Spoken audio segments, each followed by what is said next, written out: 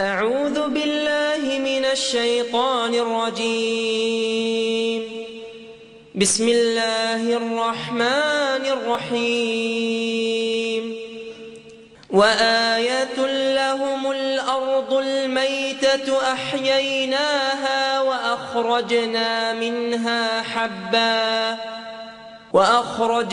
منها حبا فمنه يأكلون وجعلنا فيها جنات من نخيل وأعناب وفجرنا فيها من العيون ليأكلوا من ثمره وما عملته أيديهم أفلا يشكرون. سبحان الذي خلق الأزواج كلها مما تنبت الأرض ومن أنفسهم ومما لا يعلمون.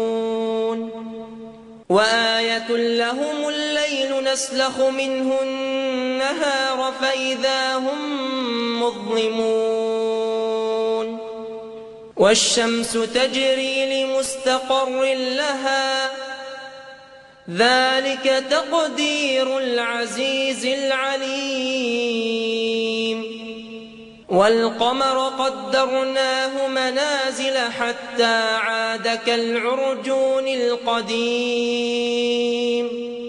لا الشمس ينبغي لها أن تدرك القمر ولا الليل سابق النهار وكل في فلك يسبحون.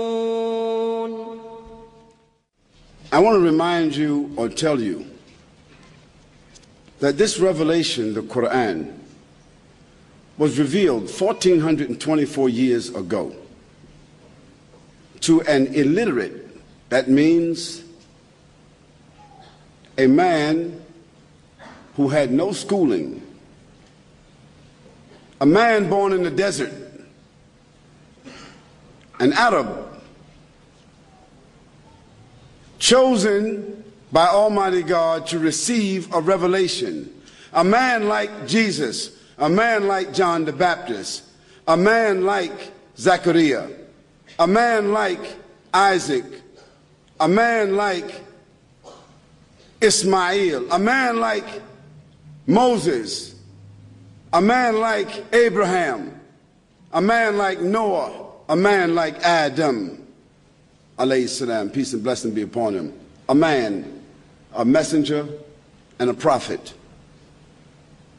Now this Qur'an that he recited is recited by 1.4 billion people in the world and memorized from cover to cover, 6,626 verses,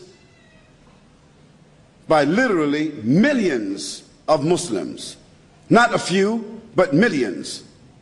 And it is the ambition of every Muslim to have a son or a daughter in their life that memorizes this entire book. So it's not a phenomenon, except that this book was memorized and preserved in the life of the one that received it from God. And in his lifetime, it was memorized and it was retained and never changed and intact until now. Look what it says. I gave you some statistics, and the basis of it was from the Qur'an. The Qur'an says, and a sign for them is the dead earth. It is brought back to life, and then from it springs fruits and grains of all kinds which they eat. And we place therein gardens and palm trees and grapevines, and cause them to burst forth therein some springs that come from the ground that man doesn't control himself. And there he creates his industry. that they may eat of the fruit created by God, and their hands have not produced it at all. So will they be grateful? Exalted is he who created all life in pairs. So the Qur'an establishes that everything in life has been created in pairs, whether plants, whether animals, whether insects, whether fish or bacteria. Has science ratified that everything in life has been created in pairs? Yes, the Qur'an said that 1,424 years ago. And of course the Prophet Muhammad, peace and blessing be upon him, he wasn't a botanist. He wasn't a geologist. He didn't have a microscope. He had no way of knowing that. The only way a human being 1,424 years could know that is through the help and inspiration of the one who is the creator from the beginning. Because that fact that everything has been created in pairs was only discovered 78 years ago, scientifically.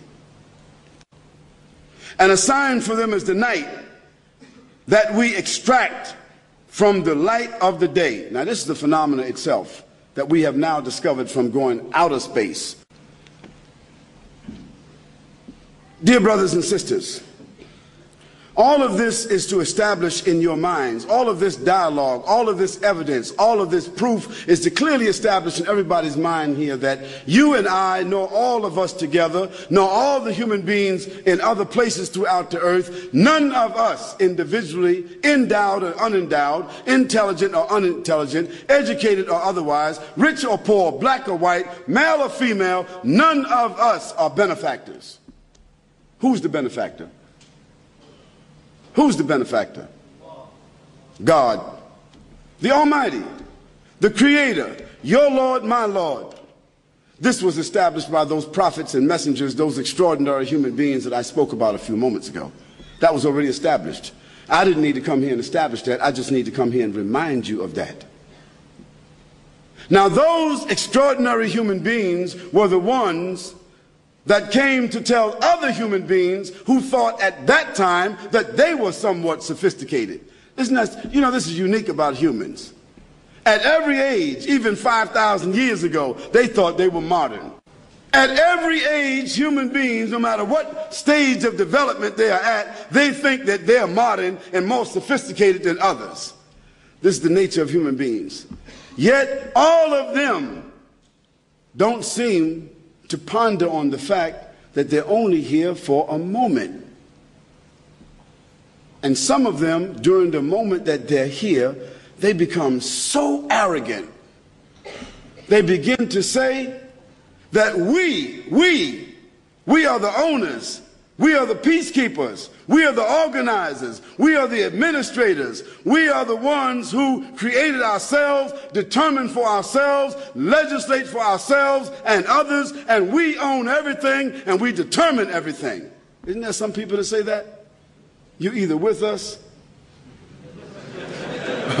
or against.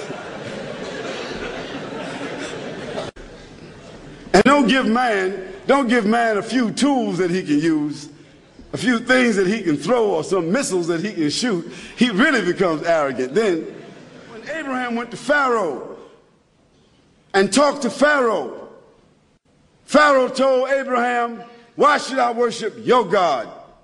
Why? I have command over life and death. Anybody I want to die will die. Anybody I want to live will live.